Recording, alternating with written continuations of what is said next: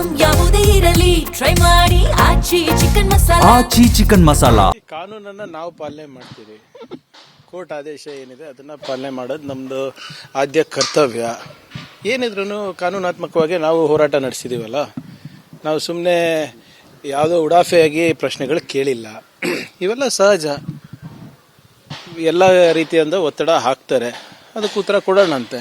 ಸಂವಿಧಾನ ನಿಮ್ಮ ಪರವಾಗಿದ್ದಾಗ, ಕಾನೂನು ನಿಮ್ಮ ಪರವಾಗಿದ್ದಾಗ ಯಾವುದಕ್ಕೂ ಹೆದರೋ ಅವಶ್ಯಕತೆ ಇಲ್ಲ. ವಿಶ್ವತೀರ್ಥ ಪ್ರಸನ್ನ ಅವರು ಕೂಡ ಹೇಳಿಕೆ ಕೊಟ್ಟರು. ಈಗ ಅದೇ ನನ್ನ ಮಾತಂತೂ ಕೇಳಲ್ಲ, ನಿಮ್ಮ ಮಾತು ಕೇಳಲ್ಲ, ಸಂವಿಧಾನದ ಮಾತು ಕೇಳಲ್ಲ. ಅಟ್ಲೀಸ್ಟ್ ಧರ್ಮಗುರುಗಳ ಮಾತನ್ನ ಕೇಳಲಿ. ಅವ್ರೇನು ಹೇಳ್ತಾ ಇದ್ದಾರೆ, ಒಂದ್ಸರಿ ನೋಂದಣಿ ಮಾಡಿದ್ರೆ ಮುಗ್ದೋಯ್ತಲ್ಲಪ್ಪ. ಇವರು ಯಾರ್ಯಾರು ಸುಮ್ಮನೆ ಹಾದಿ ಬೀದಿನಲ್ಲಿ ಹೋಗಿ ಮಾತನಾಡ್ತಾ ಇದ್ದಾರೆ, ಅವ್ರ ಬಾಯಿಗೆ ಬೀಗ ಹಾಕ್ದಂಗೆ ಆಗುತ್ತಲ್ಲ ಅಂತ. ಕರೆಕ್ಟ್ ಅಲ್ವಾ? ಯಾಕೆ ವಿಶ್ವದ ಅತ್ಯಂತ ದೊಡ್ಡ ಸಂಸ್ಥೆ ನೋಂದಣಿ ಆಗಿಲ್ಲ? ಅವ್ರ ದೇಣಿಗೆಗಳು ಎಲ್ಲಿಂದ ಬರ್ತಾ ಇದೆ, ಲೆಕ್ಕ ಯಾರು ಇಡ್ತಾ ಇದ್ದಾರೆ, ಹೇಗೆ ಇಡ್ತಾ ಇದ್ದಾರೆ, ಅದರಿಂದ ಯಾರಿಗೆ ಲಾಭ ಆಗ್ತಾ ಇದೆ, ಯಾರಿಗೆ ನಷ್ಟ ಆಗ್ತಾ ಇದೆ, ಅದೆಲ್ಲ ಗೊತ್ತಾಗಬೇಕಲ್ಲ.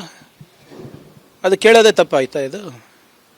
ಮಿಕ್ಕಿದಕ್ಕೆಲ್ಲ ನೀವು ನಾಗರಿಕರು ಇದ್ದೀರಾ ಇಲ್ಲ ಅಂದ್ಬಿಟ್ಟು ಕಾಗದ ಕೇಳ್ತಾ ಇದ್ದಾರೆ. ಈಗ ಎಲ್ಲಿವರೆಗೂ ಸಂಘರ್ಷ ತಾರ್ಕಿಕ ಅಂತ್ಯ ಯಾವಾಗ ಅಂತ ಮತ್ತೆ ನಿಮ್ಮದು? ನಮ್ದೇನು ಸಂಘರ್ಷ ಇಲ್ಲ ಯಾರ ಜೊತೆನೂ. ದಯವಿಟ್ಟು ಅನ್ಯತಾ ಭಾವಿಸ್ಬೇಡಿ. ನಾನು ಈ ರಾಜ್ಯದ ಗೃಹ ಸಚಿವ. 20 ಲಕ್ಷ ಜನ ಒಂದು ಕಡೆ ಸೇರ್ತಾ ಇದ್ದಾರೆ, ಹಲವಾರು ಕಡೆ ಕಾರ್ಯಕ್ರಮಗಳ ಆಯೋಜನೆ ಮಾಡ್ತಾ ಇದ್ದಾರೆ. ಯಾರಂತ ಗೊತ್ತಾಗಬೇಕಲ್ಲ ನಮಗೆ. ಯಾವುದೇ ಸಮುದಾಯದವ್ರು ಇರ್ಬೋದು, ಯಾವುದೇ ಸಂಸ್ಥೆ ಇರ್ಬೋದು.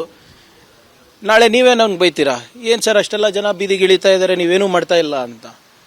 ಅದಕ್ಕೆ ನಾನೇನು ಕೇಳಿದ್ದೇನೆ, ಭಾಳ ಸರಳವಾಗಿ, ತಾವು ಯಾರು, ತಮ್ಮ ಕಚೇರಿ ಎಲ್ಲಿದೆ, ಅದು ಯಾರ ಹೆಸರಲ್ಲಿದೆ, ತಮ್ಮ ಆಫೀಸ್ ಬೇರರ್ಸ್ ಯಾರು, ತಮ್ಮ ಸಂಸ್ಥೆಯ ನೋಂದಣಿ ಎಲ್ಲಾಗಿದೆ, ಅಷ್ಟೇ ಕೇಳ್ತಾ ಇರೋದಲ್ಲ.